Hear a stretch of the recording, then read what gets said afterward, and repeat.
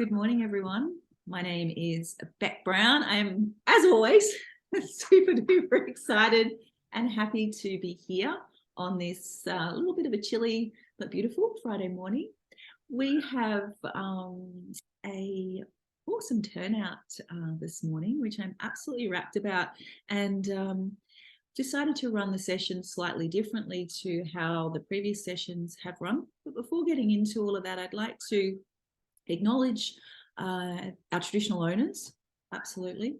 And I would also like to introduce or to acknowledge those that have allowed this session to happen, which is the SCU Postgraduate Association and also SCU Careers. I'm here as a consultant bringing the two together. Normally we have Susie Grizel and Alison. Unfortunately, neither of them are here today, but this session is brought to you by both of those teams. I've got some slides that I can show you that will give you access to where you can access their resources. If you haven't already joined the Postgraduate Association, membership is free. All sorts of activities going on. I think they've got a conference coming up very, very soon. And they've got some amazing speakers. And if you haven't already found out about that, I strongly encourage you, if you can, to be involved in their conference. The SCU Careers team, we have consultants for you at Lismore, Gold Coast and Coffs Harbour and online.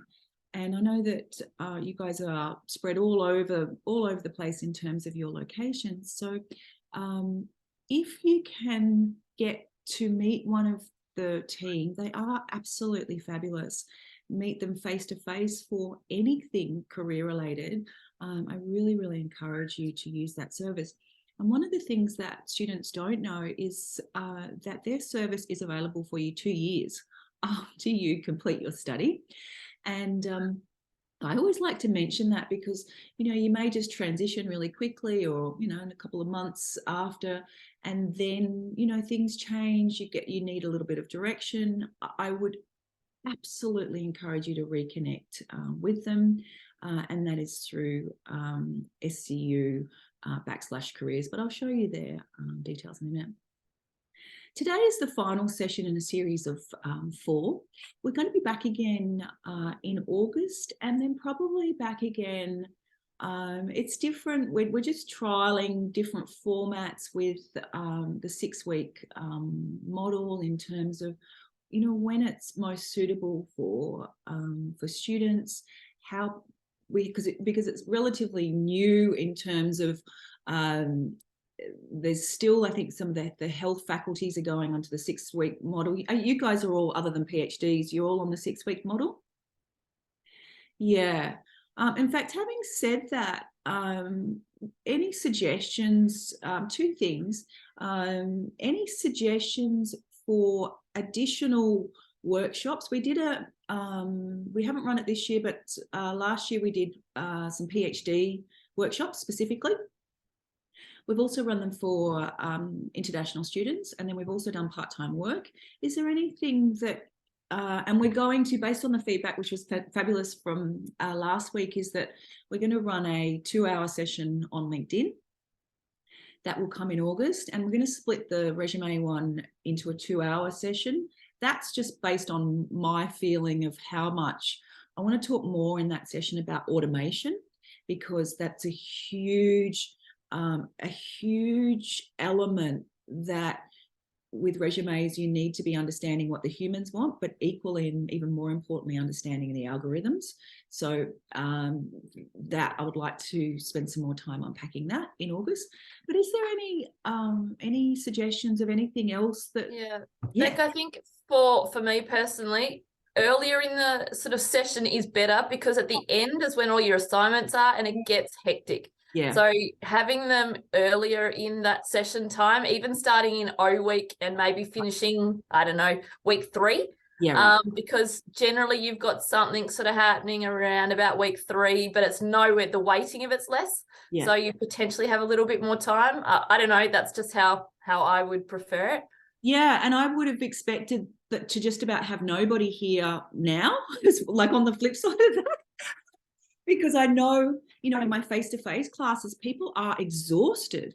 And, you know, and even in my online, you know, I can feel them just like, when is this over? And so I take and we did start them week 2. I think it was the reason we started this time. I think it was week 2 that we started, was because we were trying to fit with some of the other, I think they had a financial work. So I will pass that feedback. I like the O-week idea up until week 3. That's a great, and even if perhaps we have to run the first one so that we can fit it all in before it hits that week 4, if that, you know, run it because of just where a few things are going on. Great suggestion. Thank you. Somebody else, we've got a couple of, agree. Okay, great. Thank you very much. Anybody else got any suggestions of things that you would like anything that you would like in this next round? We've got a lot of, which I'm so grateful for. We've got a lot of freedom in terms of what we can deliver, how we deliver it. I'm so fortunate, you know, in terms of working with Alison, with the Postgraduate Association, and also SU Careers. And what we are absolutely about is making it worthwhile and meaningful for you guys, rather than just sitting here and going, okay, here we go, is that workshop again. Is there anything, and that's why we've been playing around. At the end of this year, it'll be 2 years that we've been running them, but we did start at the very end of, you know, the year before last. So in fact, it's whatever, 18 months. I think having just the ability just to chat to you about things. I mean, how many times have I hijacked your slides and we've gone completely tangent, but it seems like they're kind of the things that the people want to know on those crazy tangents that we tend to go to. So I guess a little bit, maybe a little slightly less structure, but more ability to have those chats. Then again, you may have a room full of crickets and no one says a word. So I don't know, it's tricky. No, I love, and in fact, we did last year, we called it Career Chat. And I was actually reflecting on that and wondering whether we could kind of go with that theme again. And that's why I wanted to open this up and make it a space where we have a chat, because I see that the things that you ask me, it just unpacks it. And then it's like, of course, because my colleagues and I, you know, we've been doing this, and, you know, and then we just start going, blah, blah, blah, blah, blah, blah. And I get just totally bored of myself. So the more you get, you know, you can go, hang on, what? This is what I want. All right, I'm happy. Is there any language you think that would be helpful in terms of attracting people to these sessions? I guess just making it informal and making it feel casual to a point. Like, you still want to get something out of it and you don't want to be wasting your time. Yeah. But sometimes I don't feel, as a uni student, certainly earlier on, that I can call myself a career person, because it doesn't feel like that. Right. It almost just feels like you're on this path and you will get there. Right. You just kind of, at the start, it feels like that is such a long way away, that having the word career in it is slightly daunting, because it kind of makes me feel like I should already know, or I should already have an idea of where I'm going, where I kind of do, but I don't know exactly what that looks like yet. Right. So I guess for me, it's in the terminology. Potentially, when you say the words career, it would make me think, oh, I'm supposed to have it in a pile by now, and I don't. Okay. That's just for mine. Yeah. That's interesting. I mean, how do you guys, Jade, Salim, Elise, Brenda, how do you guys feel about, is it kind of an imposter syndrome? We talked about, you know, having a session framed around that sense of imposter syndrome, in terms of, you know, am I ready? Who am I going to be? What do you guys think? I think what would mainly benefit me is, like, I've done the 2 interviews, but maybe some one-on-one feedback, like a mock interview session. Nice. I feel like it's like maybe my mannerisms, or am I looking around the room, or like how am I approaching answering the questions, like what's actually coming out of my mouth when I'm answering it. And I think, like, I've done the 2 interviews, but I started off well, but then I kind of got distracted, and then I lost my words a bit, and I got like, I couldn't answer a question properly, and I'm like wondering how, like what happened, because it's hard to know. And it kind of happened the same in both interviews. Like it was going excellent and then kind of dropped off, and so something happened. So we really, yeah, like a mock interview would be amazing, and like some awesome feedback about how you look, like your hands moving around, or like what you're saying, is it being meaningful? Because you can see when the interviews are there, they're kind of getting bored, and you're like, okay, I'm off topic. Yeah, like you can tell something's happening, but I don't know how to, like, I think in the second one I was saying, oh, I think I've gone off topic now. Like I asked them directly, I'm like, do you do something like that? I'm not sure if that was like bringing it up, that I felt like I wasn't answering the question properly. Yeah, so all of that stuff, I didn't know which was right or wrong, or how it was coming across. Brilliant. So yeah, like the one-to-one feedback, I think, I don't know if people have time for that, but yeah, the structure of answering questions and things. I think you absolutely nailed it there, because when I was teaching this topic just recently in a face-to-face setting, the thing that I was saying most is that I have been reassured how much people can improve from a short period of mock interview practice, and by getting that feedback. And I'm talking from, a fail to a high distinction in a matter of a few rounds, and getting that really honest, constructive, thoughtful feedback, and that you can go, oh, right, didn't know I do that. Okay. I'm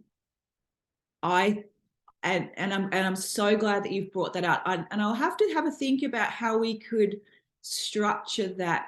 And I could just do it the way I do it in some different setting, is send you all off into breakout rooms and then just spin you through, give you a certain period of time, then you have to give feedback, move you around to the next one. And we could also, but I'd want to make it worthwhile, in that you're getting the right types of questions. So we might have to do a little pre-planning in terms of, you send us, the questions, a couple of questions associated with your line of work, and they're not got, and whether it's me, anyway, I'll have a think about how we can, like a bit of a speed dating mock session, because what I have seen is with a different cohort of students, very, very different cohort of students, but what I have seen in terms of their confidence, like mind-blowing in a matter of a couple of hours. We're talking from not being able to talk into the screen, no cameras, to changing their whole how they see themselves in the world. Beautiful. Okay, I'll have a think about and we'll weave that into our August series. Love that feedback. Thank you very much. Anybody else like to? We've got a bit. Not really. I'm engaged with careers as an undergrad. I'm now finishing PhD revision 6 years and. Okay. All right. And I do see that this is a common theme. Thank you so much, Jessica. Is that for some postgraduates, there has been, a period out of the workforce, and it may not be anything other than, a period of the PhD, having families, et cetera, and it's not that you haven't done well at an interview; it's just haven't done one in a long time. Great. Okay. Doing ENI and pathway, even though I'm working as an right. Okay. Brenda, I would suggest Susie Grizel. I'll let her know that she is in the SCU careers team. I won't give you her, and I'll show you where you can make. For the last 5 years, she has been working so closely with the nursing students and is just brilliant. Nice. What I'd suggest is that you perhaps take it a step further and make a one-on-one appointment with her, and because she just knows all things in that arena. I can talk, you know, I worked with her in that space, but she is probably your best person to talk to through that. Yeah. Any other? Thank you so much. I love that. Any other? Lily, anything else anybody wants to talk about on that? Okay, excellent. Okay, perfect. All right.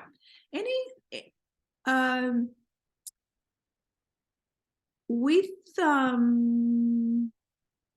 I'll go general. I'll talk to that point. I think it was Brenda about. Yeah, okay, next for your next assignment. Okay, cool. Because things that we will talk about will cover that, because we'll talk about professional placement, etc. Okay, perfect. Anybody else, general things that drove you here, causing anxiety for you? Lily, speed dating. Okay. Yes, and I can absolutely, I've seen it in fact, a number of years ago when I was with the careers team, when we first started working with the nurses, I saw there was some very, like yourselves, I see that those that join these sessions are those, you know, they're often our top performing students that want to actually get to that next level. But there was, over the period in the lead up to students going out, the nurses going out into, you know, roles in, you know, Tweed Hospital, etc. The preparation period, that there was a group of students over a couple of years, different groups, but they would come 3 or 4 times for one-on-one practice. Sometimes they'd come in pairs, sometimes they'd come on their own. And in that rehearsing situation, and you can do this with SCU careers, any of them, like you don't have to just do it with, you know, if you've got something coming up. And in that face-to-face setting, I saw enormous change in these students.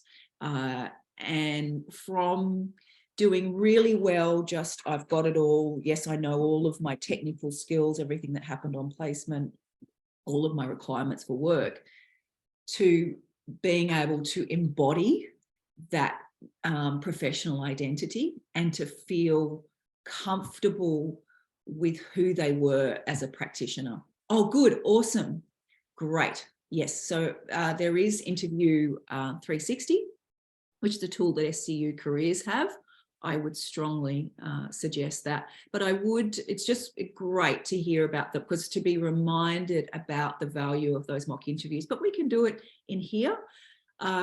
You can also do it depending on what you think your interview is most likely going to look like, in terms of whether it's going to be a face-to-face. I mean, what I've seen post-COVID is that it works a lot better for recruiters just to do the online approach. However, it can still be really helpful. Okay, mock interviews, beautiful. Okay, all right. Anything else? What other sorts of tell me about your fears with interviews.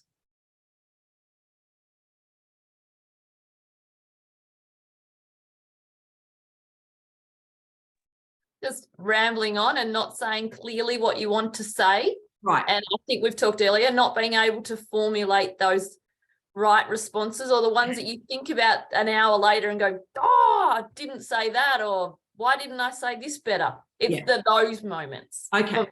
Okay. And that's really common, and it's very normal to have a moment like that. And I think it was Jade that brought that up as well. But Jade made a really good point of being able to see that they were kind of like getting, so you rein it in, and then you stop, and that can be harder in a space like this. It's just awkward and it's different.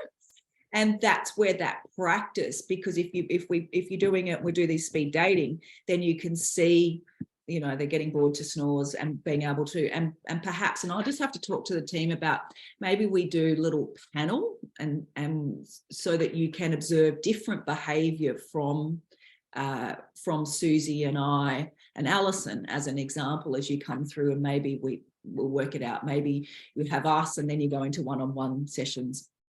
So you can have a chance to observe that behavior in terms of how we're responding to what you're saying. And then you can see those cues. I'll let you get more chance to see, okay, both Susie and Alison now. I don't think that's going to happen. Does that make sense? That chance to feel potentially what that can look like? Okay. And I'll talk more about the structure of your question, your responses, because that comes down to, it's really preparation. Prepare. And what I have observed is that people put a lot of love and a lot of preparation into that resume, a lot of love and a lot of preparation into a cover letter. Most of the love tends to go into a resume. The love should equally go into that interview. And I'm not sure, to be really honest, why that same, perhaps because you're almost there, perhaps because it's confronting to ask somebody to help you to practice, but the equal love really needs to go in there. You are, you know, you're 90% of the, depending on how many interviews they have, you are 90% of the way there, perhaps 80% if you've got two, perhaps in the worst case scenario, 3 more rounds to go. But you're a long way through that process. Perhaps that is why. And it's awkward. It's really awkward. What I would suggest, and I would do it again, and I still keep it. In fact, it's, you know, somewhere on a rainy day. And those rainy days, you know, we don't make any assumption about when those rainy days are coming. I'm going out to that cupboard to grab that A4, right? Not a big poster size. And it's a great way to, and we're going to do a little bit, some of this will come up in the slides, is you unpack all of who you are with bubbles and arrows and a big brainstorm on there. And we'll start that process. And perhaps even when if we can try to get the same crew coming, ideally what we want to be having is you guys coming into that first session that we have, then unpacking your cover letter, unpacking your CV, and then mock interviews, you know, so that we keep that consistency of you guys building on that, because it is, and it will make it easier for you in that. I try to link, I don't know how other practitioners work, but I've learned over the last couple of years to really show you that linkage between all that. They're not individual or singular things. That what you're talking about in your interview is what's going into that cover letter. It's going into that little bit of the hook at the beginning, the achievement of who you are. That's also going into the profile of your LinkedIn, you know, that it's an entire story. And if you can map that out and play with that, and perhaps we could even do that, is get you to come with that A4, come along with that A4 paper, and then you actually workshop it more. And because then it becomes having that visual and having that information, you can then build on it as you go. Does that make sense? I don't know, I went off on one of my own tangents there. And it's also, it's the fine line between information and arrogance. Like, you don't want to give them so much that they go, okay, or come across as being, well, you know, this is me. So, you know, like, not, you know what I'm trying to say? Like, it's absolutely, it's weird. It is a weird, and I think that, you know, the Buddhists call it equanimity, which is really where you know you are worthy, all right, but you're not better than or less than. You just know you're going to rock it in this position if they give you that opportunity, and that you're going to contribute beautifully to that space. And that can be the hardest thing as human beings, is that we're always feeling like we're better than or less than, you know, and just it's a natural default, you know. That's why they have industries for cars and clothes and, you know, makeup and all that stuff, yeah, because we're driven to compare ourselves. And that's where, and it's going to come up in the slides, is learning about how amazing and unpacking you and your story, and that you're telling a story and that you're remembered for the right reasons. So you're being memorable because of your uniqueness, but also for your match. And again, this is where that link comes back, that if you have looked for the right type of employment after unpacking, you know, understanding what, how you like to work, what sort of organization you'd like to work for, et cetera, that when you then get into the interview and they see you and you start, you've already, that you've done your homework, they've picked you because you're that right fit based on who you are, what, you know, what is super duper important to you. And it's that mutual understanding that you're the right people. And that's again where that linkage comes back to. But it is a really important point, because it is really hard. I'll reassure you though, I've only, in all the time of doing mock interviews with people, I can only think of 2 off the top of my head, 2 people that I thought, that's annoying, and they've come across arrogantly. Hopefully that then gives you an idea of, they want you to tell you how fabulous you are, but you're talking about what you can contribute and how you're solving a problem for them based on what you have done in the past. And you're showing that fit for what their organizational requirements are. And you're also telling a story of things, and that's where we'll get into the slides in terms of a frame that I'm going to give you that will help you with selection criteria and your cover letter. We talked about it, I think, last week or the week before. And you're telling a story with a beginning, a middle, and an end. And that will help you with those situations where Jade and both yourself, Tanya, were saying where you've gone too far and yeah. One point that I would say, I'll probably talk about it 10 times, only because it's it's without a doubt the most poorly done part, is the first part, of which relates to your point, Tanya. I think we've talked about this before. It's like when you get in there and they go, tell me about yourself. And you just go, oh God. It's terrifying. It is. The tell me about yourself is just like, because culturally we're not taught, you know, I was saying last week, the Americans do it beautifully. Yeah. Let me tell you all about me. and I quite like the great, you know, the great communicators, essentially, you know, more broadly. They're comfortable talking about who they are, and it's culturally in Australian culture. Overthink, yes, overthink. But if I'm not fussed about getting the job, how interesting. Yes, not answering.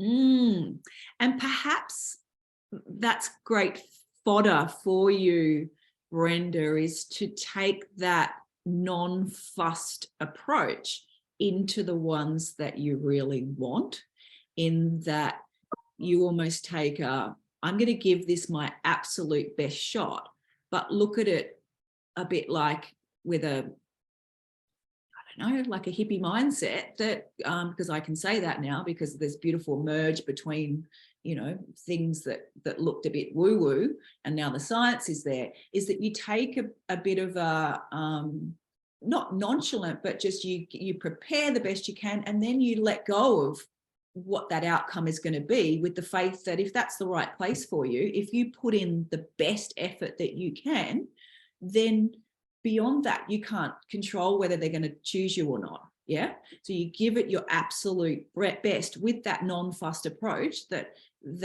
and then perhaps that might help you with that overthinking, because you can't actually get them to decide whether they employ you or not. All you can get them to do is control what you do in terms of yourself and how you manage yourself, which is hard. That is what's happening. I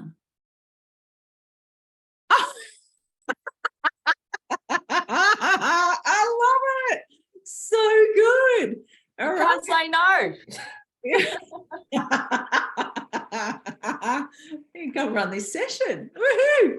Awesome. So good. I love it. But it's a really powerful point. And I love it, because when we're thinking about, when we're looking inward, what are they thinking of me? You're missing that opportunity to connect with them, and then to enter into, like, to engage in some sort of exchange. So if you think about it more like, my friend and colleague, she would always, she's a career practitioner, she would always refer to it as having a conversation, which took some of the power out of it. And that can also give you that sense of equality in it, that you're both having a conversation and you're checking each other out. And I've only ever seen, and that was with the two people that I thought overshot the mark, is that they were kind of like, well, are you good enough for me? Rarely that happens. So rarely. So Becky, is there like a perfect kind of combination, the fairy tale kind of effect, of where there's the right amount of, this is my attributes, this is my schooling, this, or whatever it be, like what is the kind of perfect package to put into that tell me about yourself formula? Like, is there a formula? Yeah, great question. It relates to, I think we had it in certainly in the overview, it's your elevator spiel, which is essentially kind of the best of who you are in a couple of sentences. That if you were going to meet somebody and the lift is going up and you wanted to impress them, but also to connect with them, what would you tell them? And of course that would vary according to the job, and a million other little variables, but it would relate to your personal attributes. It would relate to your success in your studies. For you guys as postgraduate students, it would relate to, most of you guys have done, I'm sure everybody's done, you have had to have done something before you came here, all different variations of. So what was the best of and most relevant of what you did prior to that?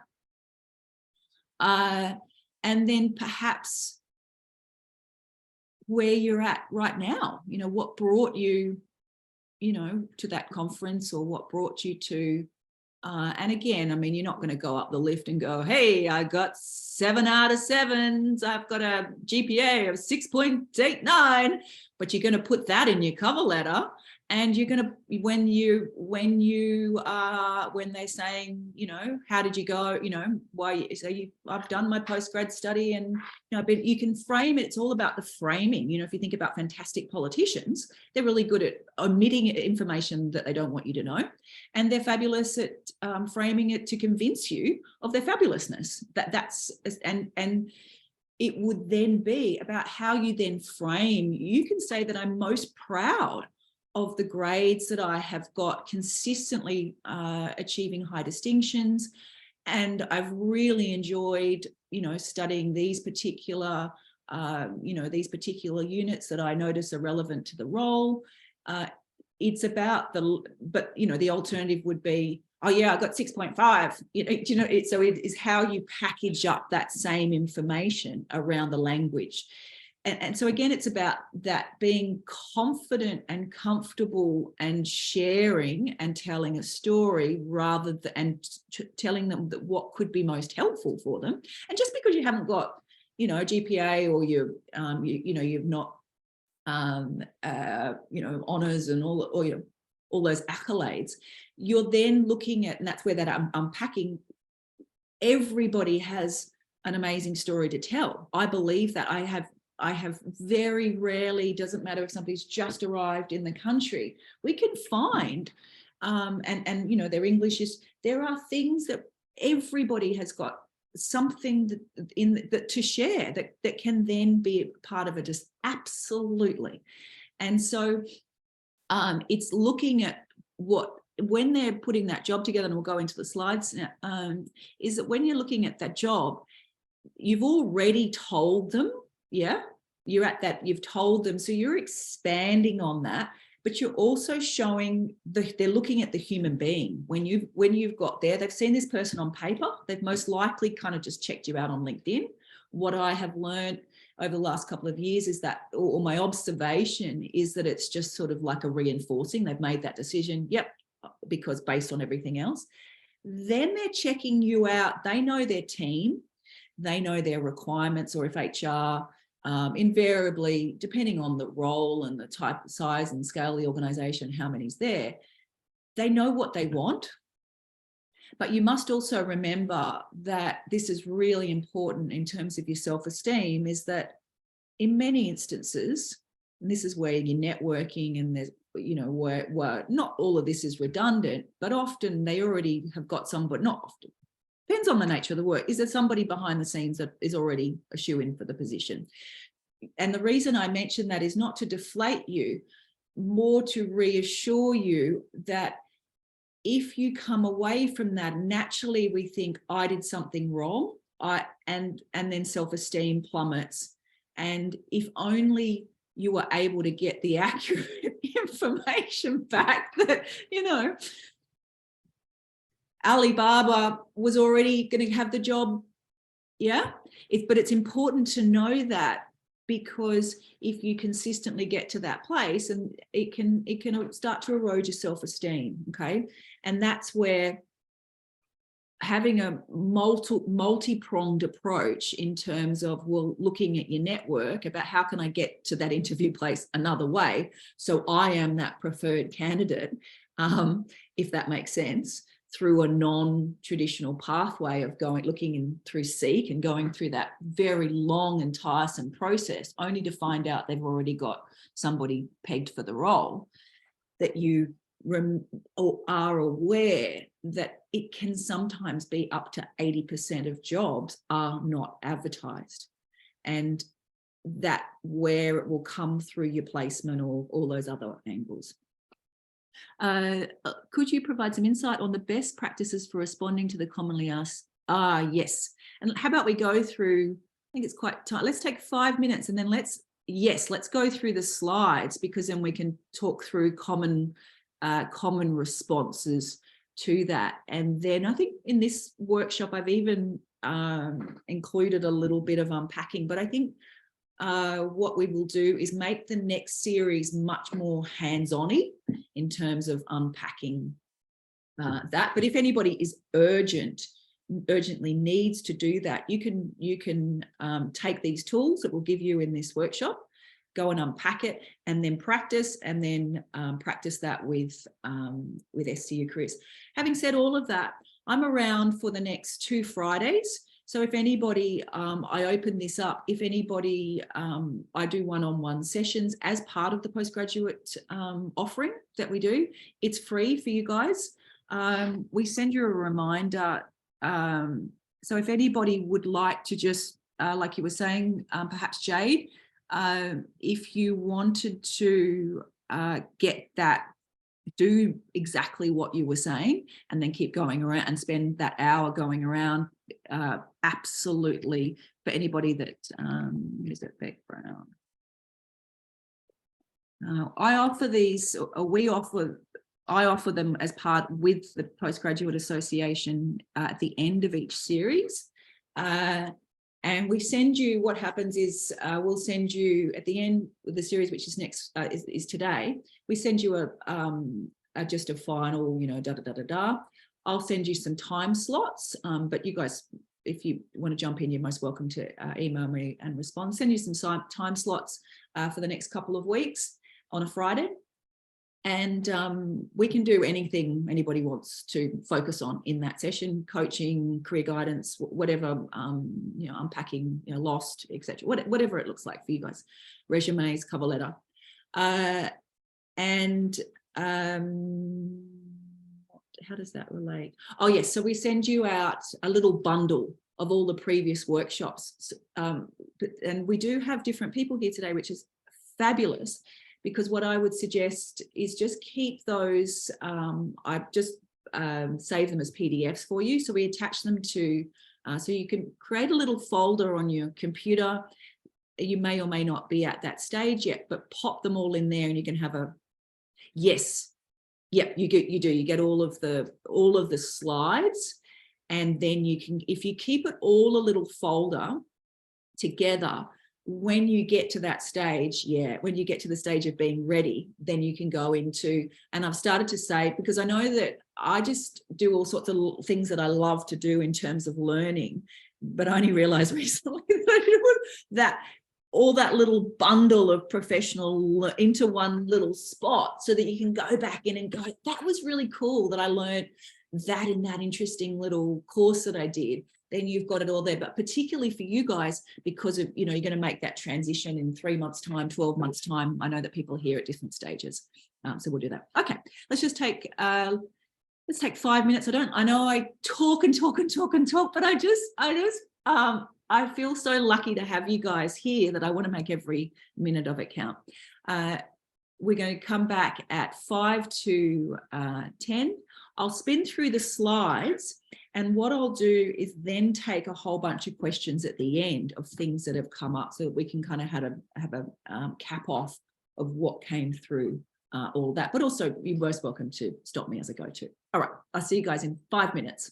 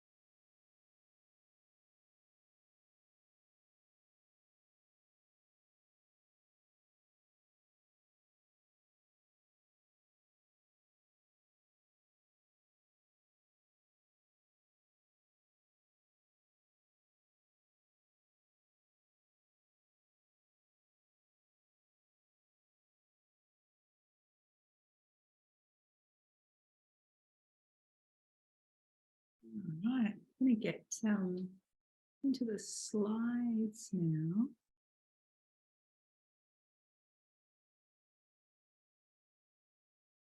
As mentioned, this is brought to you by the SCU Postgraduate Association, and normally Susie's around here with us, and Alison are here today. Previously, I acknowledged country, but I would like to formally acknowledge and pay my deepest respect to the ancestors, elders, and descendants of the land on which we meet and study. I'm mindful that within and without these buildings, the land always were and always will be Aboriginal land.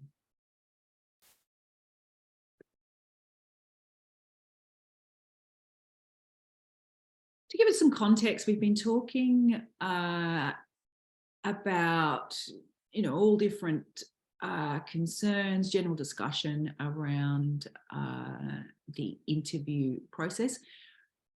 And this is where it can kind of, back to Tanya's comment, it can feel awkward, but you are actually there to promote yourself, and you are there as a product. If you think about yourself as a product, you're competing in a marketplace, but you're also there to learn about the interview. Like, the interviewer is there to learn about you, but you're also there to learn about them.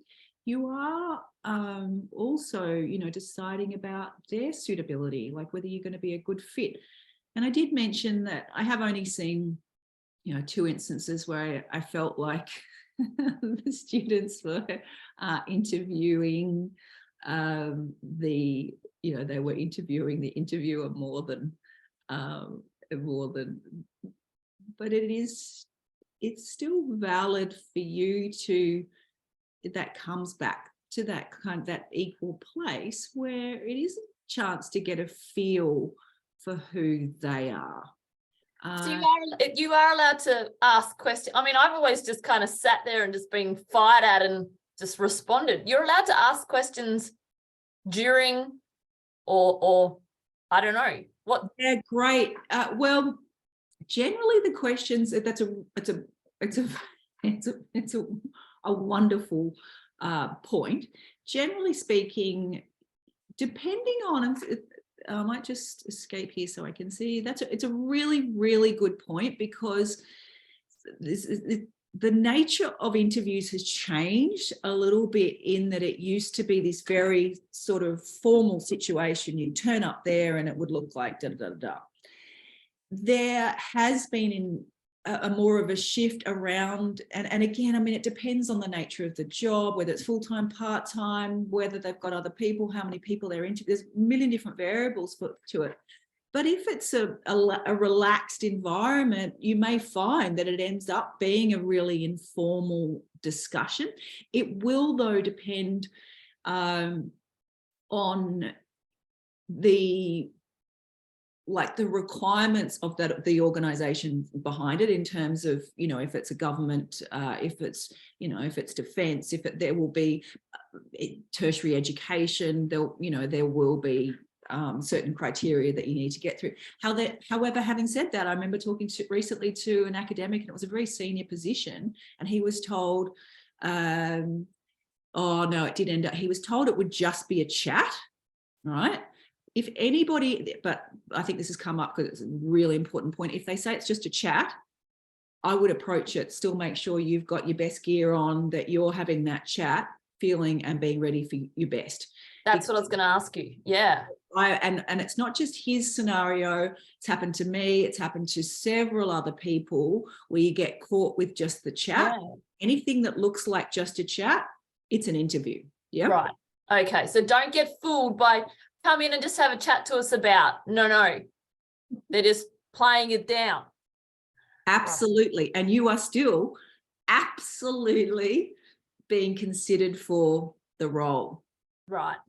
Without a doubt. I'm having a little laugh because I could tell you, yeah. I won't overshare. It was one of my most catastrophic moments of my professional life. I had the buzzer going, the washing machine, but somebody called and said, oh, I would just have a chat. Right. Yeah. And like the washing machine had never got stuck. The buzzer doesn't go, and like the buzzer goes.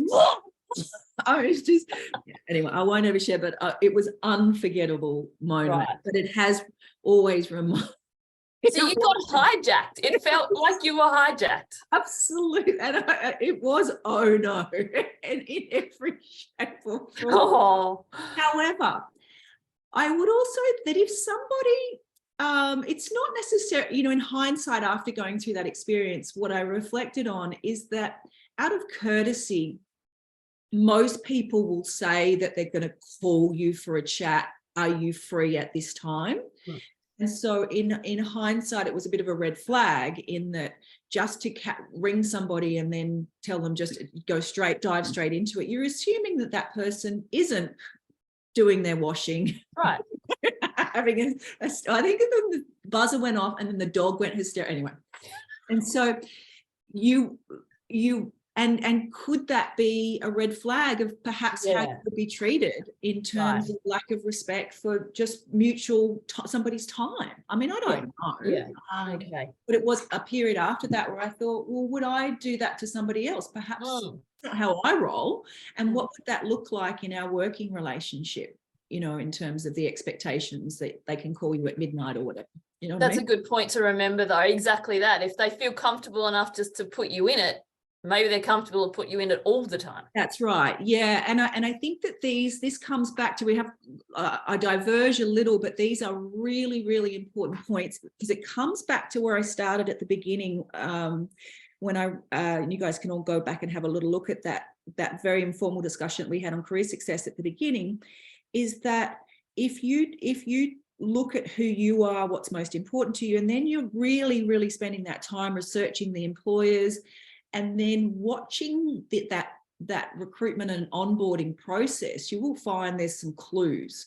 So for example, if the job advertisement is really well written and there's branding on it, but if it's a gigantic job description, be careful. But if it's nicely, it's nicely presented, they talk about their values, there can be some signs in there in terms of what that would then look like. It's not to say if a job advertisement is poorly written, it's going to be a bad job, but you can look at the love that they put into that and then how that interview and then onboarding process, you can then get a sense of then how they will value you as a potential employee.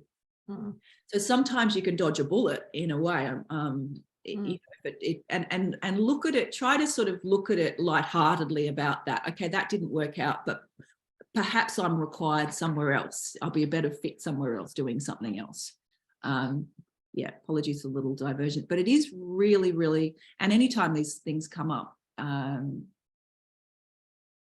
it's a marketing, it is a marketing exercise. But if you think about great products, or those that, whether you think they're a great product, those that market themselves and have longevity, Apple could be a really good example. They just know what they're good at.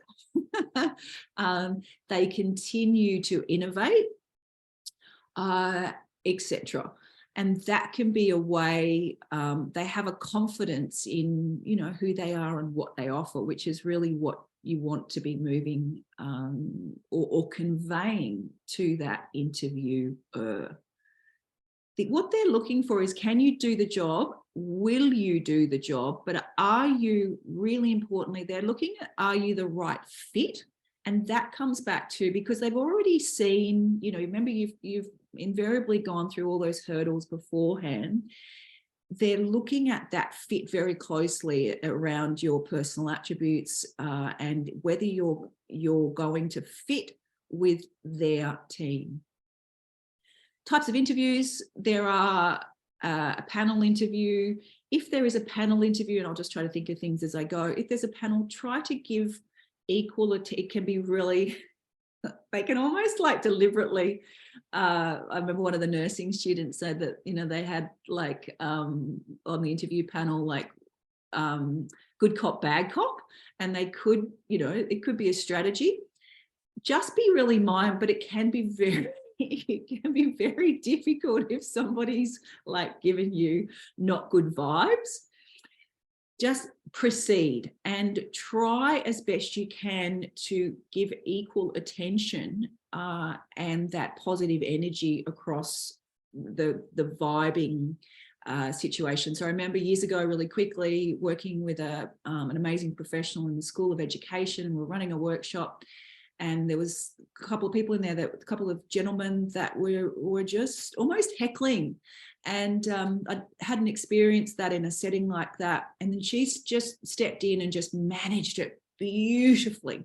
And I said to her, wow, that was so impressive. And she said, you just keep your enemies really close. And she brought them in with openness and confidence and kindness. And that's how, because when you get that kind of negative vibe, you shut down. And I just watched her, she was just incredible with that inclusion of somebody that was giving, causing disruption. And you're not going to have an interviewer that's causing disruption, No. But you certainly may have somebody that is giving you different vibes.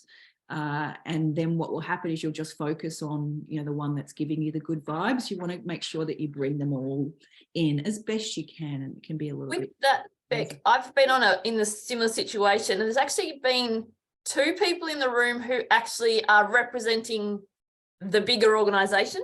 Right. And one person is actually going to be your boss. Right. So I found it really helpful to find out who was going to be my boss. And I kind of, I guess, focused more on them opposed to just the box tickers who were kind of sitting either side, because they are obviously there to help make the decision. But it was ultimately the relationship that I had with the person who was going to be my boss, which I thought was more important. So that might just be a good question to know. Who's everyone's role, who's sitting on this panel? Because that I don't know you either. Absolutely. And often before a meeting, before an interview, you will get the details of who's going to be interviewing you. I would go and put your LinkedIn on private and go and have a look at who they are. That will give you just a little bit more confidence of potentially who's going to be there. But that point you just made about balancing your energy and building that rapport with your boss, I agree absolutely. There was something though that sprung to mind. So you have decision makers and then you have decision influencers. Now, it depends where the power lies. Yeah. And why I say you want to cover off on all of those is sometimes those decision influencers can have the final say. And so you want to make sure that you're inclusive with that box ticker that then can just go, you've built that beautiful rapport, and then for whatever reason, the box ticker doesn't like something about, and it can be their own bias. Somebody was talking recently that the candidate was older and the person interviewing was really young, and then they felt, and I don't know whether it certainly have been that there was, because also if depending on who's interviewing you, you could potentially be a threat. You need to be aware of that to that younger person or older, whoever it is that is interviewing you, and then that can also be a bias in terms of them going, no. Yeah, because they may see you gunning for their job in 2 or 6 months' time, depending on who's there. So these are all really important considerations. But I agree with getting that rapport, but you absolutely, but just bear in mind that those decisions, and it's a really, really good point too, because there's decision influences all over the place. And so if you did get the opportunity to go into an office, just make sure, if I were treating before kind of the COVID days, is that I would be mindful about absolutely every element of your behavior all the way, even like 10 Ks on the way to that interview, because you might be driving behind that car going, come on, and then you pull up in the car park, you're like, oh, no. And I'm sure it's happened. And all of that pre-leg stuff that I probably don't need to. It's most likely that it's going to be online in these days, in the days. But being prepared But having a look at, if you can, as soon as you get their details of who's going to be, and you won't always, but a lot of the time you should get the information of who will be on there. So you can go and have a little bit of a squiz at their roles. Great point. 4, there's going to be paddle, individual, perhaps 2, video. Now, there's so much to talk about. The video interview, maybe if like it's a role that tons and tons and tons and tons of people want, and it might be a stage in the interview process. It might be that you actually have to send them an interview, like a little 2 or 3 minute video about yourself. If that's the case, and it can be increasingly more common, it depends on the type of industry. There's all sorts of variables on that. Couple of tips: if you're sending a video that you need to send, make sure you've got really beautiful lighting. That's something I see all the time, terrible lighting with the video interviews that go. And speaking of poor lighting, probably turn the lights on in here. Dodgy background, like a bit of a fan in the background, half a picture, etc., etc. So backgrounds are really important, but most important in all of whatever the setting is enthusiasm, enthusiasm, enthusiasm. Assessment centres are used by, again, for really competitive roles, often for graduate positions.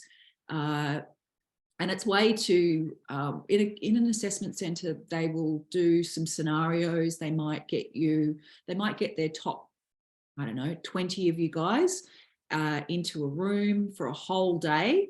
And that might look like a series of different activities. It might be that you have a one-on-one. The last stage will be a one-on-one, perhaps, or one-on-two.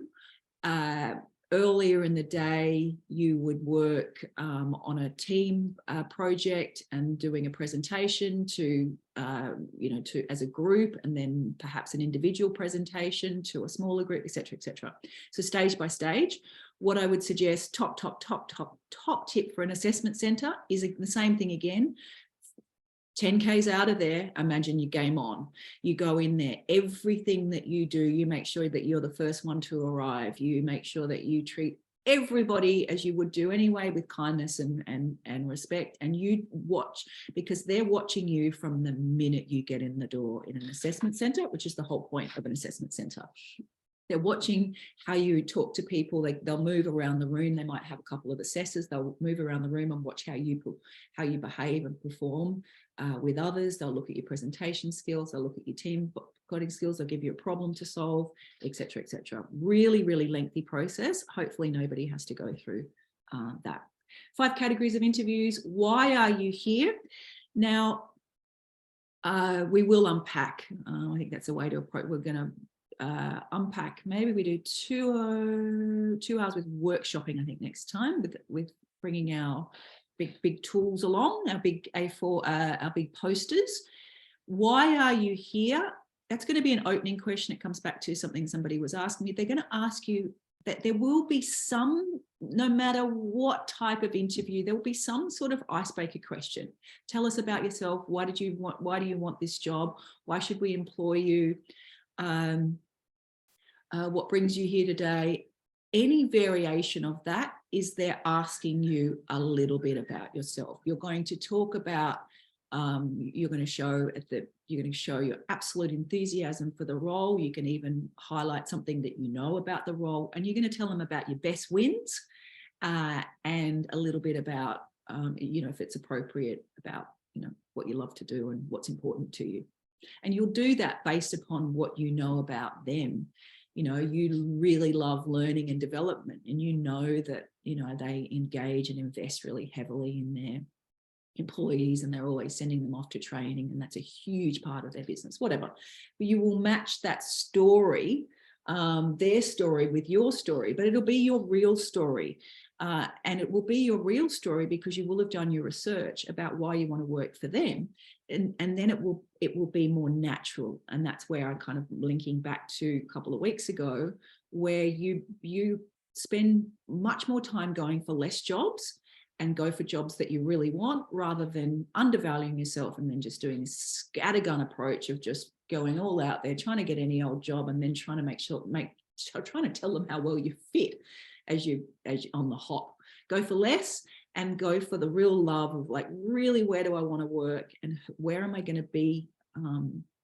What is the best scenario? What distinguishes you from other people? Can I afford you? Now, this is a really interesting, the afford you bit. There's all different kind of quirky changes that's happening in this interview landscape. Sometimes what will happen is that there'll be almost like a they'll get like a group of 20, and then there'll be like a first cull, and they might call you for a 10-minute chat, but this is a different type of chat to my scenario with the dog wailing his head off with the buzzer going off on the washing machine. It's a chat about formalities, double checking your credentials, you're working with children's check, your police check, some of those requirements for the job. And so what I would suggest is that you still have absolute game on, but they'll have a scenario where it's a 10-minute, and you might even get like an email, or you might get a call that just says, have you got 10 minutes to go through some questions? And then they'll be just, it'll be a formality, but a culling process. Be prepared for anything. My observation is that it's gotten all a bit loosey-goosey with how recruitment, and there's a million different variables. So don't just assume that because you went, like, an interview at this private school looked like this. If you're interviewing at, say, private schools, just be prepared for a completely different scenario, even if it's a school down the road.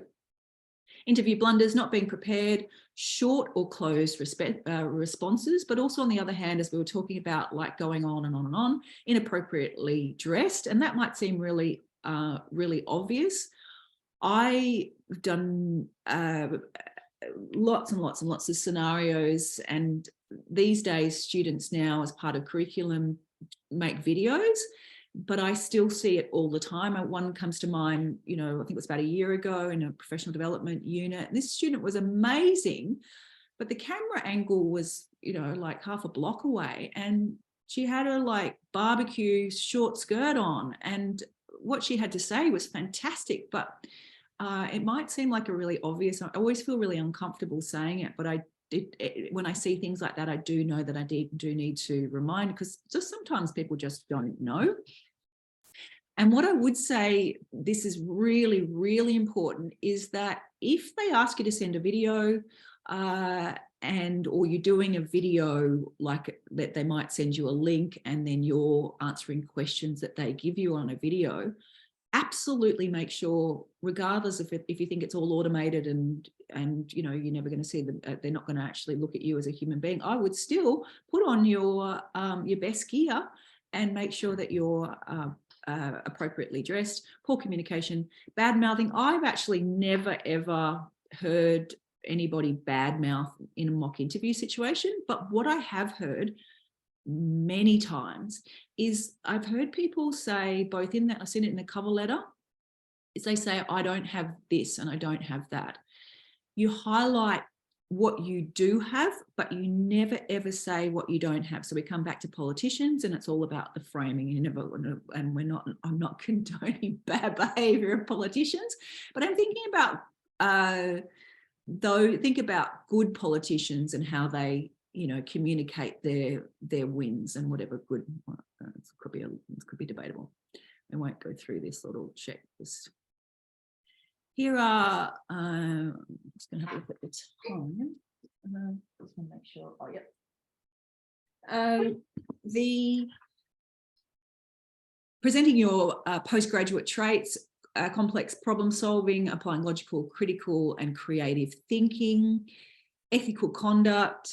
These are transferable across, whether you're doing a PhD in plants or marine science or what have you.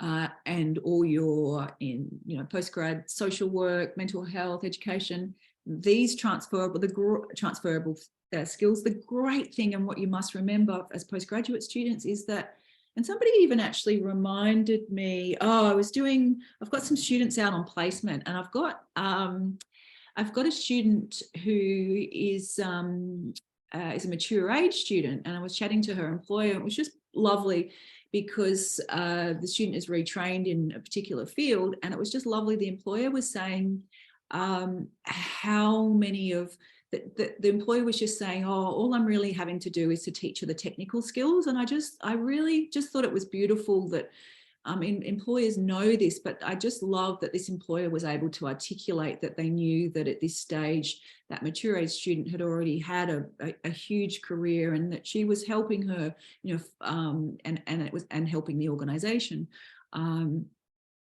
with these new technical skills around her work. So it was lovely. So I want you to remember that. It's particularly important because that imposter syndrome about, well, I don't have, I haven't worked, or I've been doing a PhD, or returned to work, or haven't, that imposter syndrome can come. But you have already, by the fact of getting into postgraduate study and having done study before getting into a PhD, you have problem solving skills. You have to be organized.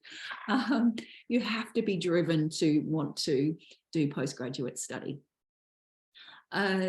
Here are the top skills that they're looking for: your communication, motivation, and commitment. These might seem really obvious. Motivation, I cannot express to you enough about how it's not just getting up there and then working, like being ready for these questions, and then you just answer these questions in rote form. It's much better for you to bumble and make some mistakes and make a connection and not answer the questions perfectly, and they will love you and employ you more likely to employ you than if you just sit there rote by rote and forget that you actually need to connect with the person on, even if they're viewing a video. That you will much more likely. So I always say to people, focus less on being perfect and more on making a connection. Because when you're focusing on being perfect, you're looking inward, and you're missing that chance to, to learn about what they really need and then respond. Like you're kind of already going, okay, I need this and this, need that. Employment placement, teamwork, emotional intelligence, clerkships, placements. This comes back to, I think it was Brenda that we were talking about, with the nurses, education, social work, you've had amazing opportunity to gain practical experience, hands-on experience, and that is scope for some fantastic examples of which I'll come to in a minute, examples of your suitability of the achievements that you have gained in those placement experiences. Just because you haven't had placement doesn't mean that you're not a fabulous candidate for the role. It may be that, it's a type of study, MBAs, it's optional to do internship, accounting. There can be, a variety of different postgraduate study courses where you don't have built-in placement. You just go with and give them the best of what you do have. Okay, punctuality. I would, I giggle. You need to be prepared for anything technological. It's likely to be in a techie setting. I would absolutely get, however you can check that, if it's in Microsoft Teams, get Microsoft Teams and go in there with somebody else. Make sure your camera is working. All those little things. And then I would make sure that you allow at least 10 minutes beforehand to be sitting and waiting in that waiting room. I think that one would say, well, that would make you more anxious. It actually makes you more calm, because if you're flying in the door, there's nothing worse than like, here I am. You want to be sitting there ready to go when that screen opens up. You've had that time to shuffle anything around that you need to be ready. So you want to be ready, prepared. You want to absolutely research everything you can about that organization. The great thing is that we can do so much more research. Dear old Google. Now you could probably use what's it called? GTP chat. And in fact, perhaps I'll weave that. I'm going to the whole AI landscape for career practitioners. I'm actually going to some career association learning on that. It's going to change the world of work enormously, but you could probably use AI to research the role, research the company beforehand, rather than having to go and do individual, look on here and look on their website. That's what one suggestion of way that and the whole AI, it's here, and we're going to be learning. We're going to be learning as we go. Best to whatever form AI, whatever form AI it relates to your occupation, I would get onto it and be ready for it ASAP. For example, Sydney Morning Herald, Australian newspaper last weekend, there was a big article about education and how, just all the challenges for teachers using AI in terms of students learning around their capacity as young people to discern what was fact and fiction. I would suggest just getting around it however it relates most dominantly to your profession. It is here and it's about to go gangbusters. It is going gangbusters. Because we just in one term, I've got another staff meeting. I've already had 2 staff meetings. We've got another one coming up about AI just in one term, and we weren't having discussions about it last term. The eye contact can be hard, of course. Remembering to smile, that's one thing. Again, it comes back to when we're trying to be perfect, you want to keep reminding yourself to smile, to make that connection with them. Obviously, you can't do a firm handshake, but if you can, you want to, of course, thank them always for their time. If you're in a setting and they offer you water, just accept. It's easiest, and culturally, in different cultures, offering, food and those sorts of things is really, really important in terms of, hosting a guest. Positive visualizations. Now here is one of my favorite resources. I'm going to quickly find the link. She just came to mind. Amy Cuddy has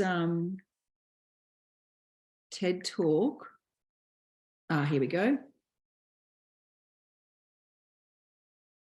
You wanted to learn, it's called Your Body Language May Shape Who You Are. That's one of hers. How can I send it to you?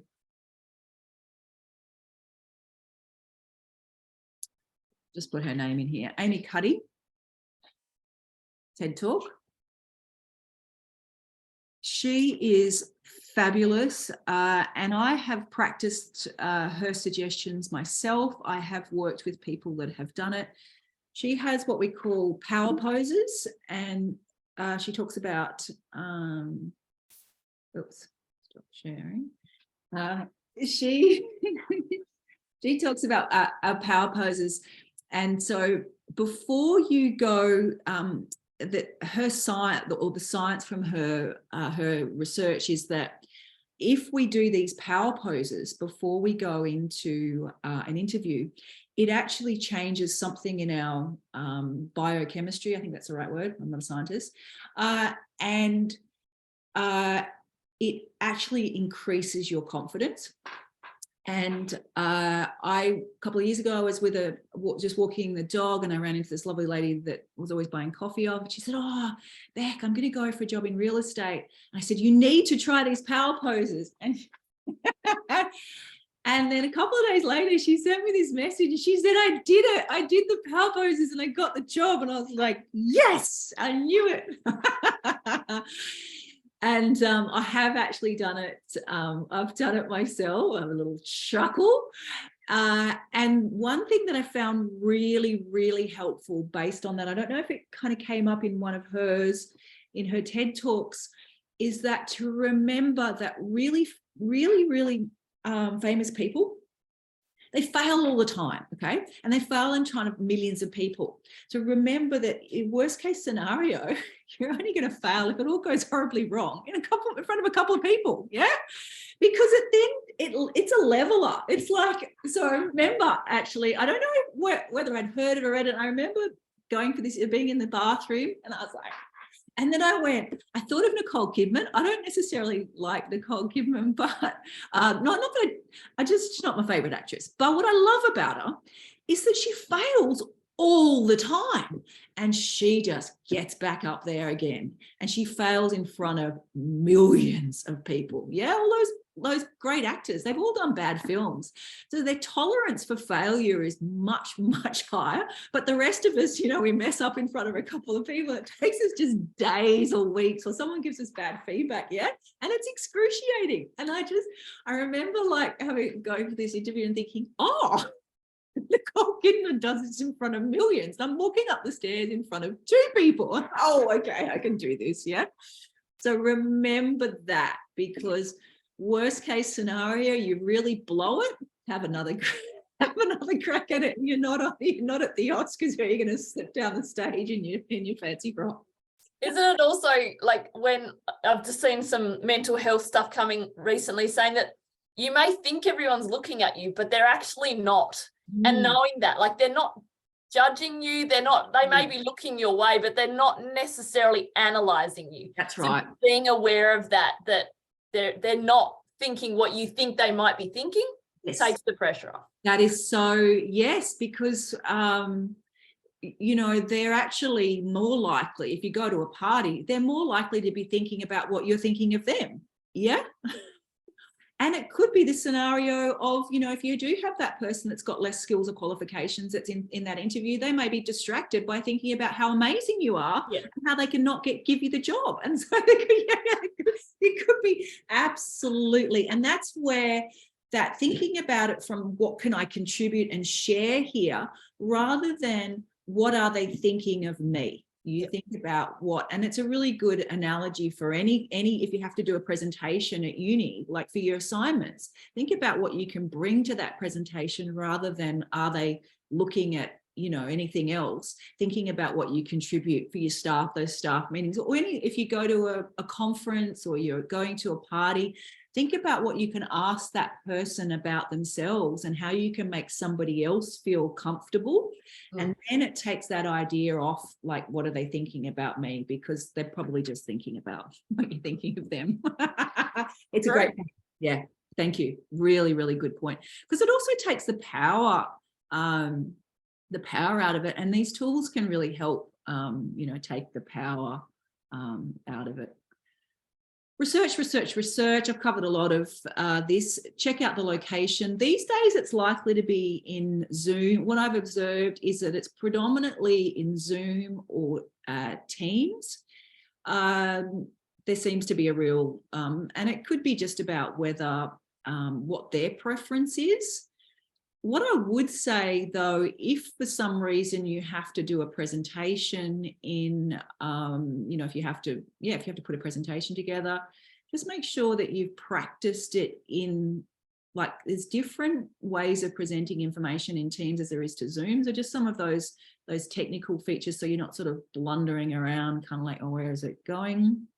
But we all have a blunder, but you just don't want to be blundering in a situation where, if that is something that you're going to be expected to do in your job. So anything that you are needing to demonstrate in terms of your skill by, sometimes they'll give you like this was more in the past, but they take you into a room in, like, so say for example hospitality workers, and they get you to demonstrate some of those skills. Review a lot of the information is going to be in the job advertisement itself. If they've asked you for separate selection criteria, you're going to be expanding on that separate selection criteria. Practice, which brings us back to where we were at the beginning. You want to be memorable for the right reasons, and this slide actually was originated by that a colleague of mine that always taught. She would talk about it from the perspective of talking about stories, but yeah, that you're telling a story and you're having a conversation. And the stories is that people remember stories. So you're going to have a beginning and a middle and an end to these scenarios. What's your why is really kind of, it's catchy buzz in all sorts of platforms, in coaching, in business, in people setting up businesses and business success, entrepreneurs, interview space, coaching, mindset stuff, knowing your why, because your why is what drives you, motivates you, why you want the job, etc. Now this comes back to some earlier things that we talked about. I would, when you're getting your big poster together, you're going to do some you're going to create some stars for each of the criteria so if you had to answer selection criteria in say it was a nursing position, graduate position, and you had to answer scenario around your person-centered approach, around I don't know, something to do with like what would you do in this scenario, an aggressive patient, for example, then you give a situation of where you have come across that. It may not be necessary, hopefully it would be in the same setting, but perhaps you've had an aggressive client in a retail situation. So the situation was that you had a client, a customer when you were working at McDonald's, and this was the situation. What was I required to do? And then what actions did you take and then you would be demonstrating the learning that you've gained from your nursing about how to manage, so you could use models of, defusing the client, whatever it looks like in terms of,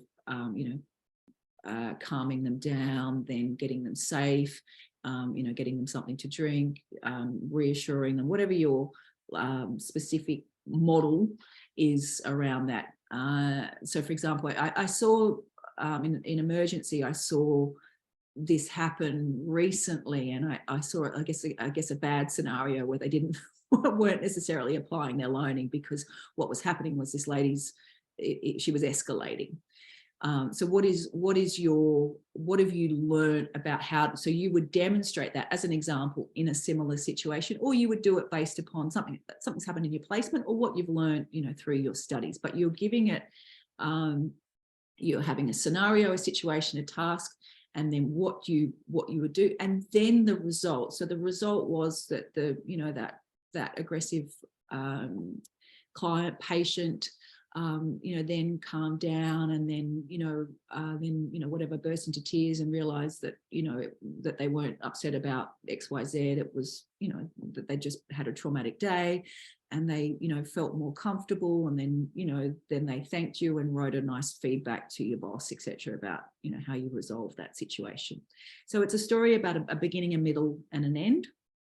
Reflect on what you learned, what was a win, and what worked well. And so if we take that scenario, calming and reassuring a patient or a client that's had an upsetting, they've been aggressive, but you managed to calm them down and to get them reassured, and then get them safely wherever they need to go, whether they need to be admitted into mental health, or whether they need to you need to get them another Telstra package because it's something to do with the Telstra store that you've and that they're happy and they've gone away and you've met that client or patient's needs, just as an example. So we were talking about the tell us about yourself question. So that they without a doubt, I remember I'll never ever forget it. Years, probably about I don't know, maybe 8 years ago, going to some sort of graduate conference, and there was someone in a similar capacity to my role now, but in her role back then, and she was on this stage. And she actually talked to this point about the worst, and then I was able to be in a practitioner position working with and watching people practice their interview, is that this first question is the one that's done most poorly. I just remember watching this lady on stage and going, aha, and then watching how it played out in these mock interview situations. So just be prepared for any version of tell me about yourself. So here is, and I think that was one of the questions of how to actually, so your past, what is your most relevant, because it is important that it's relevant, skills, strength, experience. Present, what do you want to work, why do you want to work with this employer? So you can link that to, link what, I think I gave an example earlier, and you're linking it to the role that's there. And then you can go so far as to looking into, where you're heading into the future for somebody that's, I think that came up with a question around how would you structure it. What I would say in any situation is never, in this earlier, think about the relevance of, as it says there, of what you're saying to the role. And, if you're talking about, other interests and hobbies, try to, make it an obvious link in terms of the things that you love to do, things that you love to read about or to watch films about or whatever. And that you keep it positive, and you never ever mention what you don't have. Politicians never ever get up there and say that they messed up on this and they didn't get, okay, very occasionally, and I have to say I do love the ones that get up there and say, you know what, we got it wrong. But your first introduction, you probably don't want to. But I do I've never changed my view on this, that you do need to just be you. And if you go off on a tangent and they stop paying attention, draw it back in and regroup and carry on. And don't get, like, what we can do is our head could go, oh, I've lost this, it's all over. Just regroup and then get ready for the next one, and then take that as that's from the beginning.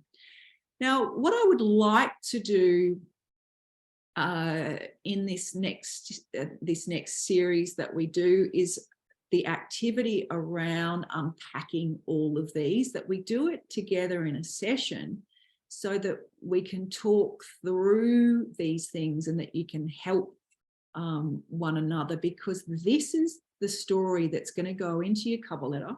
It's the story that's going to go into your resume. It's the story that's going to go into your LinkedIn, and it's the story that's going to go into your interview. So this page is probably one of the most important pages because this is your story, and it's about, that's the individuality of who you are. Obviously, you'll need to tweak it according to the job, but some of it won't change, like, the amazing research paper you've been involved in, or, your grades won't change, but the spin that you take on it all may change slightly.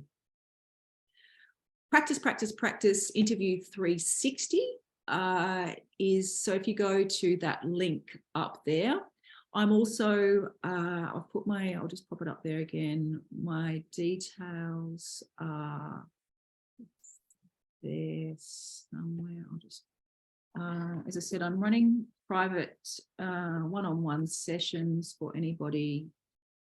You'll get an email about it.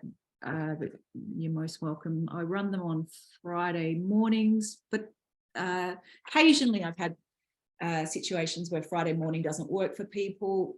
We found generally that we've gone with Friday mornings.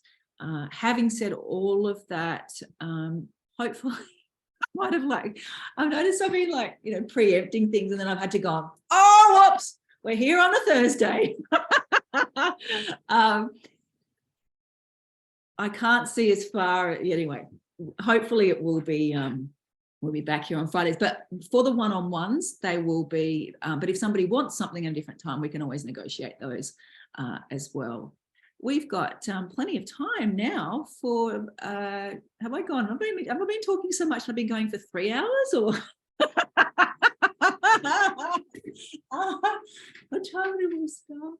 All right. Could, Beck, we could talk for 3 hours. We sure could. I think we still need to have our podcast, Tanya. Can I ask you, Beck? I'm in a situation at the moment where I've got a LAT, so a limited authority to teach. So I'm starting to kind of find my way out into the workforce. I'm still studying, and I've been asked to come out to a couple of schools just to have a look at what's going on with them. Okay, so it's not necessarily an interview. It's not really a thing, but it's kind of a thing. So I guess I'm trying to work out what do I bring to that scenario, as in, I obviously want to show up professionally. I want to obviously have my ducks in a row, but it's not necessarily an interview per se. It's kind of the informal chat that's a bit formal. I don't know. What's your thoughts on that? Yeah, great question. I would just take your best with you, and I would, I think that any opportunity that you can get where I was actually just talking to this with a colleague, is that she was saying, that she wanted to be involved in a different, organization.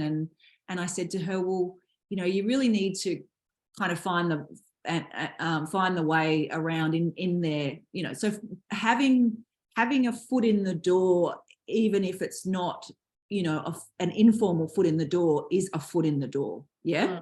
But to be there in however you show up is an enormous advantage. Okay.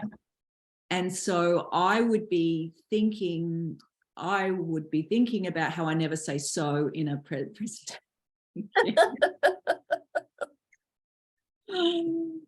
I would be thinking about the types of questions that you'd like to ask. Yes. I would also, because you can, without being obvious about it, you can find out about whether you really want to work there. Yeah. Right. Yeah. And you can find out all sorts of things without them realizing that you're interviewing them. Yeah. Okay. And they're not going to, people love to talk about themselves. They love to talk about their work environments when they think nobody's paying any attention. Yeah. Okay. And so without the you can find out fantastic stuff. So, and you could save yourself the heartache, because superficially you could think, oh, St. John's or whatever is the most fantastic place to work. Then you get this informal situation where you get to hang in some corridors with them. And then you find out that at the moment there is a particular scenario going on. It's not going to be the best place for you to go. Right. I think you've got a brilliant, and any opportunity for any of you guys. Thank you, Brenda. Any of you guys that have got that opportunity to go and walk through the landscape of that organization before you commit, brilliant, absolutely. So are they, how long have staff been retained here, or what's the turnover? How's the culture of the school? Like, what kind of questions are they? Yeah, I would ask those sort of questions, but I'd ask them like a little bit more subtly. Okay. So I would say things like, just as you would if you met that same person, but you met them on the bus. And so you would be having, how do you like your work? You start talking because they're in their business outfit or whatever. How do you like working there? How long have you been here? What's it, just those. And then what you'll find is that you'll find out, without asking them what the culture's like, you'll find, because I suspect if you ask them what the culture's like, they'll be like, why isn't they asking about the culture? But if you ask them, do you enjoy working here? What do you like about working here? You'll find out that they'll share, very soon you'll know what the culture's like, because they will then start to share about things that you perhaps weren't even expecting, and be like, oh, got it. Right. And that's it. And that's for me. I don't want to get caught in a situation where it looks shiny on paper and then you get in there and you're like, wowzers. Yes. Yeah. And I think that any opportunity that you can get to have a little look in, and even set up some like into the future, your LinkedIn and finding people within those organizations to have a little chat, take them for a virtual coffee. Yeah, okay. They may not, they're just, if they're a friend of a friend, or somehow how you can find take someone for 10 minutes online for an informal chat, then you can find out, and it can save a lot of time, because I agree that, on the surface things can look really pretty. Yeah. And that's how that's everything that I would want to teach you guys in terms of, how you're going to have longevity and enjoy the work that you do. Yeah. It's a really important, and that comes back to everything that we've talked about earlier too, going right back to the beginning, is that preparation and being really targeted, whichever, a hospital that you want to work at, or a government agency that you want to work at, or a not-for-profit that you want to work at, finding out as much as you can, even before you start investing all of that time into trying to get in there. And then you find out that, exactly. It's a great point. Great question. I've got another one. Yeah. Money. I hate talking about money. Oh, yes. Okay, great. I like talking. Right. How do you bring that up? And how do you do that? Yeah, great question. What you can do is, when you look at a job on Seek, is that you can put, if often they won't, I'm always a little bit, this is just a little bit of a bugbear for me. I feel a little dubious about organizations that don't declare money online, because there's just something a bit icky about that. But what you can do, if you still want to work for them, and I mean, that's just a personal bugbear, you can actually, into Seek, is you put your desired amount, and then put in, however you're setting that they appear, whatever you were looking for, educator, and then if it doesn't appear, then adjust the amounts that you put, and then you'll be able to, because in order for them to put that job advertisement up, they need to, behind the scenes, declare which pay scale it fits into. Right. Somebody told me that it's a really cool little trick. And then you can see if you're going to waste your time in terms of if it's, and I would also not sell yourself short. Position yourself, just above the market price. Yeah.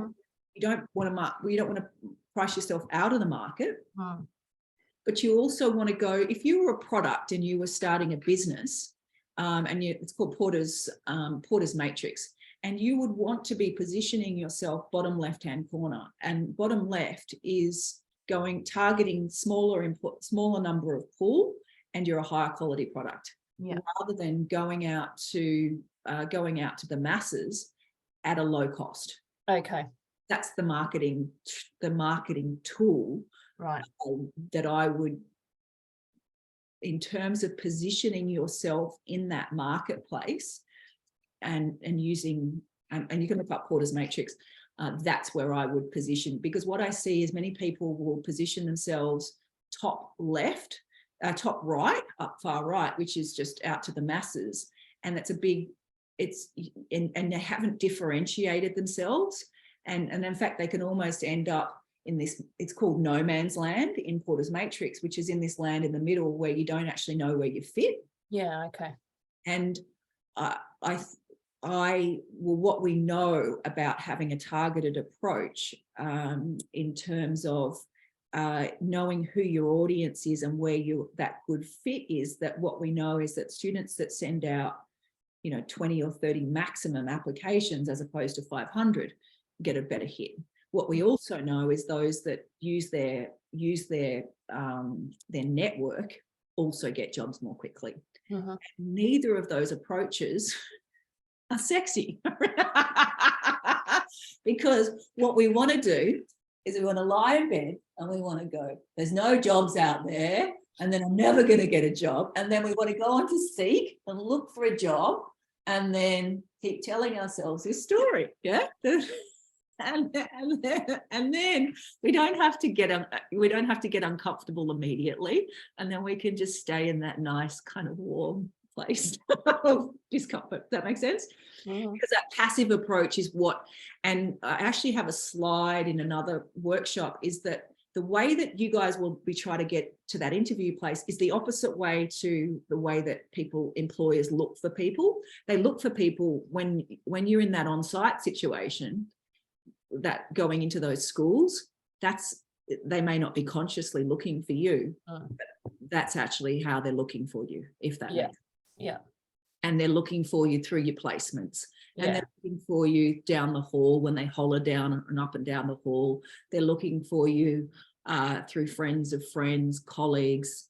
That's where that has not changed. And I think it actually, people are more tired, more burnt out, and less got time to even go to HR and get this position. So they'll just, slap together some sort of casual role and get it going, and they'll talk to a friend of a friend, and then that will happen until just to get that work happening, because it just needs to get done. But it'll be like, yoo-hoo, who can do that?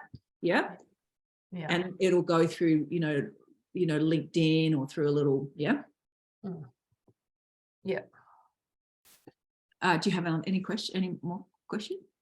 No, I'm good now. Okay, right, beautiful. How about Ali, Celine, Lily? What else is? Oh, where do you find the market price? Oh, great question. The market price is it really again comes back to your research, and have a look at your and it can be a little bit harder depending on how specific your position is. Like social, new grad social workers will know, a certain arena. Have a look at what you believe you're most suitable, most equipped, and that fit between your skills, education, and experience. And then have a look at, you'll start to see the bottom end and the top end of those pricing. Absolutely go for the jobs, of course, if you want to, in absolutely in that top end. But if they give you a range, which they will often do, bit cheeky, is which comes back to Tanya's question about asking about money, is that you want to, don't undersell yourself and assume that they're just going to take you because that you have to, you want $45 an hour or whatever it is, and that you go, well, I'm going to miss out on this opportunity. Don't make fear-based decisions. Make the decision that before you go in there, that you're worth every bit of that money, and then be willing to, you don't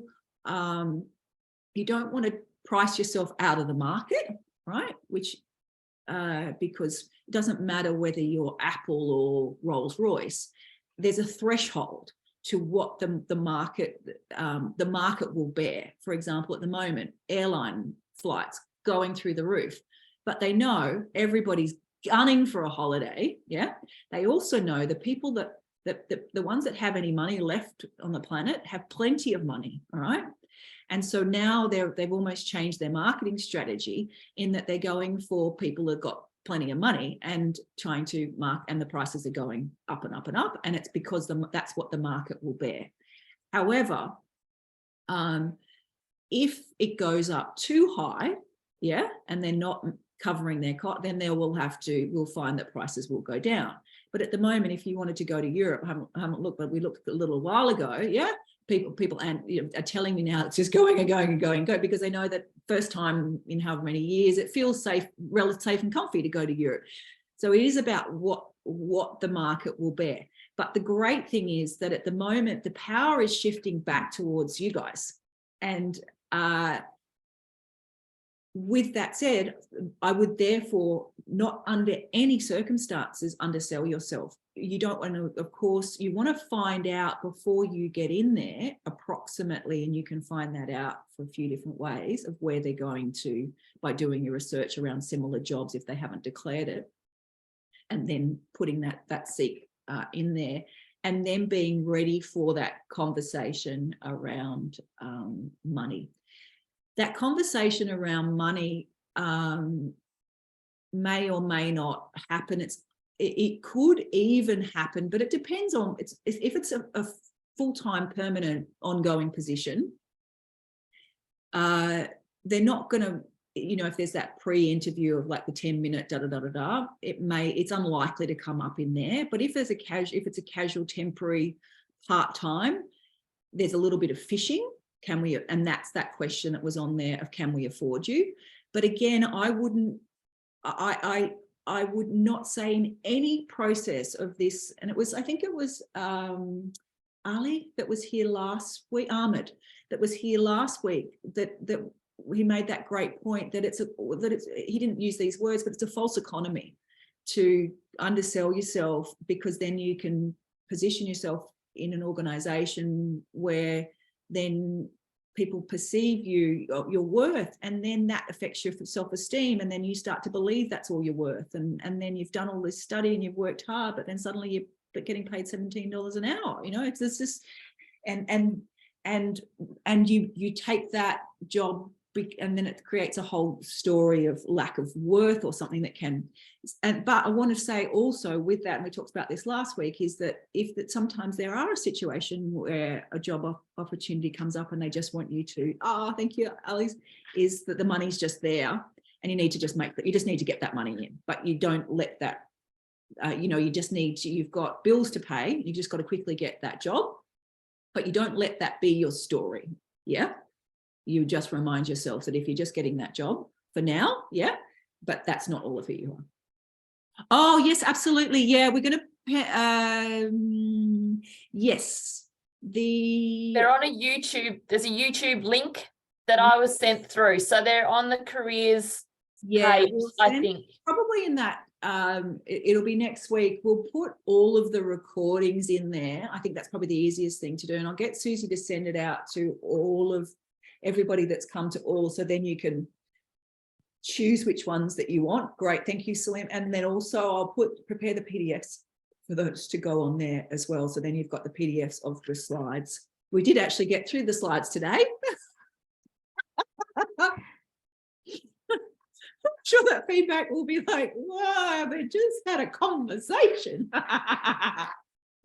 Any questions? Oh, my pleasure. So great to have you guys here. So any other questions? We've gone 11:01. Anything else that you guys need? Anything pressing?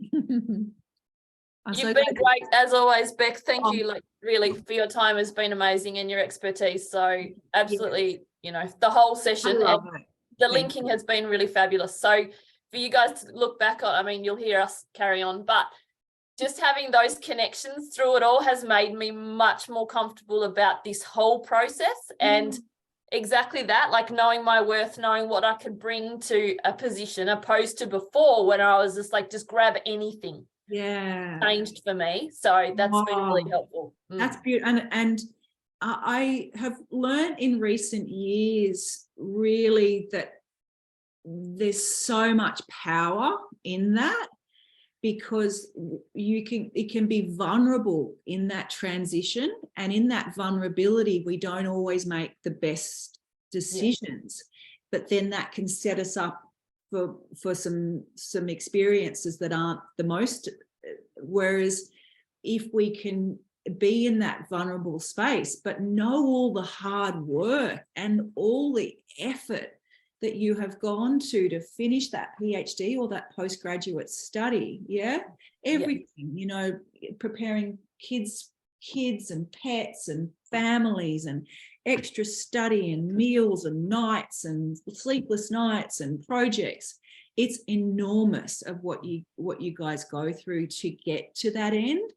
And what I have learned and observed is that then, because of that time out of the workforce and whatever that's looked like, it leaves people feeling vulnerable and equipped with this paper, but then a gap in that self-esteem.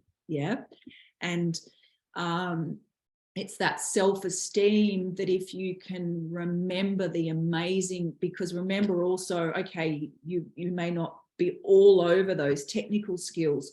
That's only a portion. That's a portion of what, and this journey is actually the bigger portion of what is going into that interview, if that makes sense. Yeah. And so yeah, I always get sad. Anyway, we'll be back, and we'll be we're going to map it out a little differently. More, I'm going to start with, I think, with the cardboard, and we're going to cardboard and write it out for 4 weeks. I think that sounds amazing, Beck. Really. Yeah. And so that then you've actually not just got those feelings of goodness, but you've got those tangibles of like those take homes, to be able to then, when you start to feel a bit like we've worked through those. Well, it gives you a plan as well. I didn't even know where to start with all of this stuff. So having that board idea and knowing how to compose and what to put into certain parts of the selection criteria or whatever it be has been really helpful for me. But that board situation sounds like such a great plan of how to really get started with some of this stuff. Yeah, and that visual, because also then you can just keep adding to it, or you don't even need to cross things off, or you can then even transfer bits onto another. So if you've got that big picture of all your amazingness, and then you're like, okay, well, it's a bit too much, then you put it on there, and it becomes that ongoing, working document for yourself. Definitely. And it also has a 3 or 4 pronged approach, because it goes into your LinkedIn, it goes into your cover letter, it goes into your resume, and it goes into your interview. And so it can give you, there'll be no so's, give you that holistic, Yeah. I didn't realize, You're right. I didn't realize my so's watching somebody else's videos. And then they're supposed to get I don't pick up on it. I only notice when you say something. Sorry. So now I'm saying it. Well, I think there's that expression that goes, spot it, you've got it. And I was watching this student, and he'd done a great job, but he said so 10 times. And then I started teaching this week, and I realized I said so. I was last week. So many times. All right, beautiful. Thank you so much, guys. So yeah, I can have it. It fits there. Thank you so much. It's been an absolute pleasure. And I'll hopefully see you guys. Anybody wants to, or send this all out to you, I'll give you times for next Friday and the following Friday. But if they don't work for you and you do want to have that one-on-one, please come. Please shoot me an email, and we will take it all from there. All right. Thank you so much, Beck. Lovely. Thank you, co-host Tanya. See ya. Bye.